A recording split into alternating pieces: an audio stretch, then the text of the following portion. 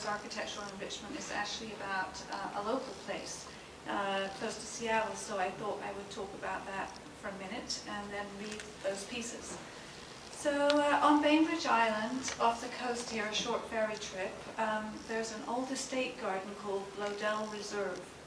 And on Blodell Reserve, there's a string of contemporary conceptual gardens built by a famous landscape architect who lives in Seattle called Richard Hague.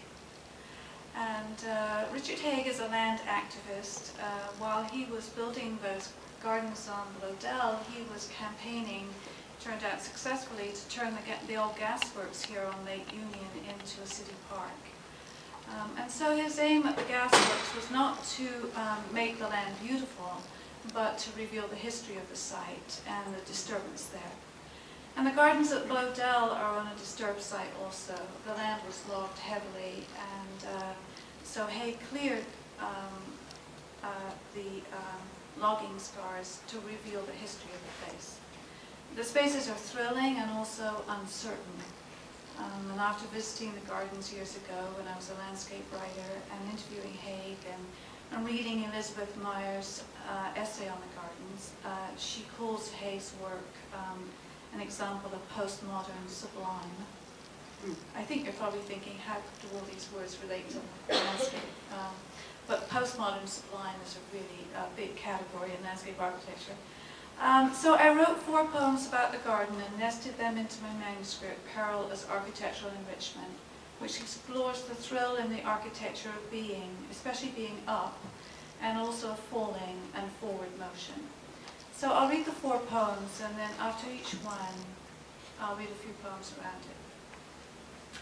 So the first garden that Hague designed is called actually the Unbuilt Garden.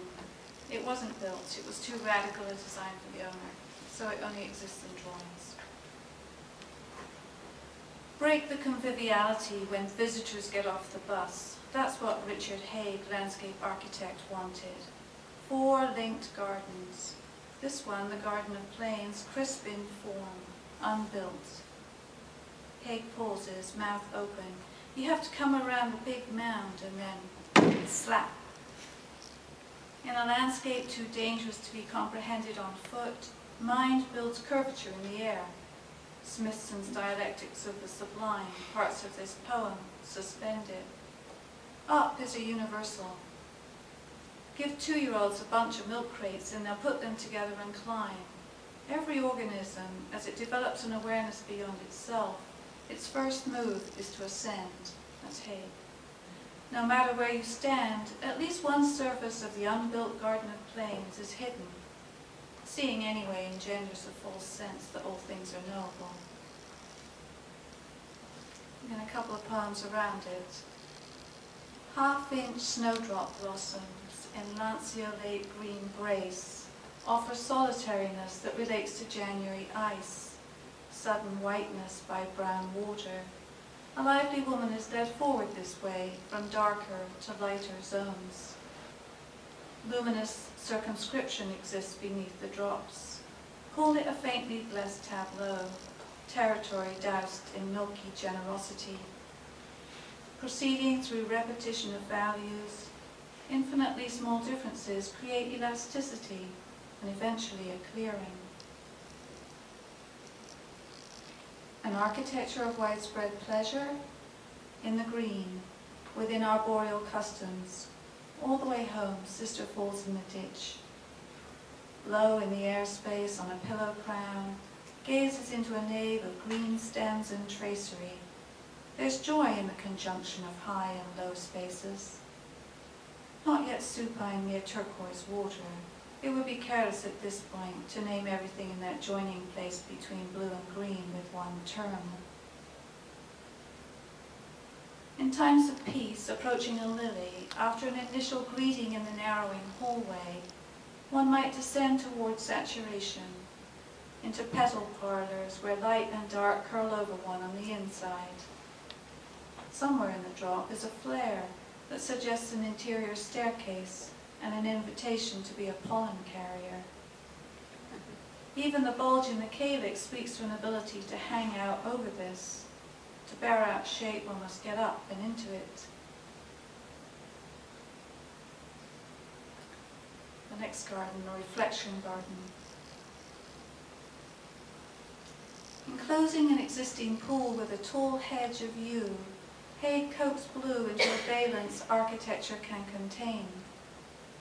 Sky in a rectangular void in a towering forest.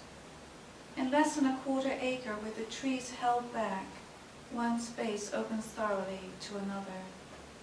Breath spreads far beyond the occasion. Blue-green glitter sweeps toward, exchanges. And the next poem is a reference to Rauschum, which is a garden in Britain. Is it? We share a lot of British estate gardens. Rhododendrons. Is it certain that the young protagonist will be home in time for tea? Resituate to the bottom of a landscape where a slick road may yet form a phrase that has relation to leaping the fence, the only motion so far being in rain clouds. The view is green and pleasant country under too much sky. Really, one desires a cheerful adventure tale and praise. Not far from Hubelraz or the Cherwell River, we can follow the pilgrimage route. The site extends for miles with a T intersection where I want to wait at dawn in a thin floral dress, posed as hitchhiker on a line like a string. Upright, a signpost, blank because its back is to us, rises from dark soil across the road and tops out in the sky. It suggests evidence of a narrative threading through the smudged field alongside it, where the crop has already ended. Design pulls the eye and the imagination into motion, whatever you are thinking. At Rauschum, a lichen-encrusted lion attacks a horse marking the axis, and the paths romp beside meadows of English daisies. Ride along for free. Overlays take care of ground falling away, smooth it into a dell, and press upon you a mass of evergreens. Number 9 is of the cold bath, number 11, Temple of Echo. Where's the house? The third garden is Moss Garden. Arboreal disturbance, an excess of form. The hydrologic cycle present at every step and giant stumps abandoned. Challenges the conception of ground as solid earth. Terra firma sinks into terra incognita. Pull your breath in. Hague's editing renders the disturbance more visible. Removed salmonberry reveals fallen trees. The scene vacillates between beauty and horror. It speaks. Delicately textured ferns, moss, aurelia, and huckleberry build scalar juxtaposition between ground and forest canopy, flutter, spore. Microscopic occurrences under hovering boughs. An aesthetic of inundation. Hague turned from doing anything more to the place.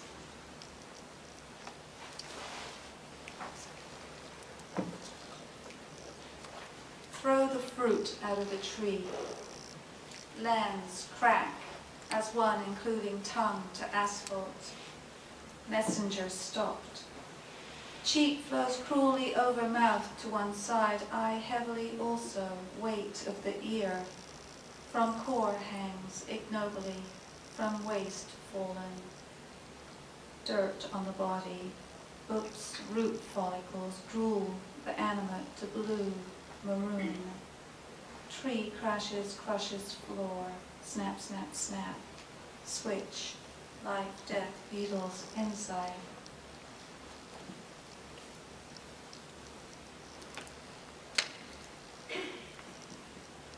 What plants do in crisis, they change systems. Take the greener future back just when, and then intensely interior, thickening rather than reaching, they seed. Blanch to form a crevice, through corrugated topography, moisture may run as through the tubular structures in a body, beginning at the mouth. Liquidity passes into the arch of the jaw, floats damaged cells, gathering in at great speed. Habituation to vision was a form of repression in itself. Tunneling, I recognize the incompatibility of truths within myself. What can be gathered tenderly in the way of weeds proliferating in a place suddenly well watered, clap for a Johnny jump up.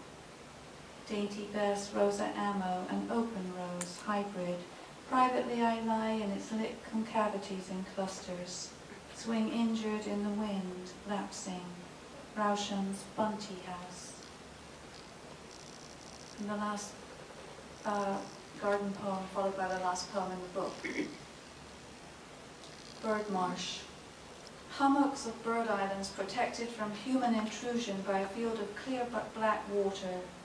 Trumpeter swans fly over it, habitat understood through movement in space. Hop it, no melancholy, what a work of landscape architecture can do. Land, lee side of syllables that break at the shore. Mid-distance, indeterminacy so horizontal, but circulation in the curvature of clouds, tracked, dispersed, reciprocated in the body. Pillow along, no asperities, interval it, flower, treetop, grass, an oxbow lake, a deeper ravine. Spin encounters as LA's focus light. Thank you.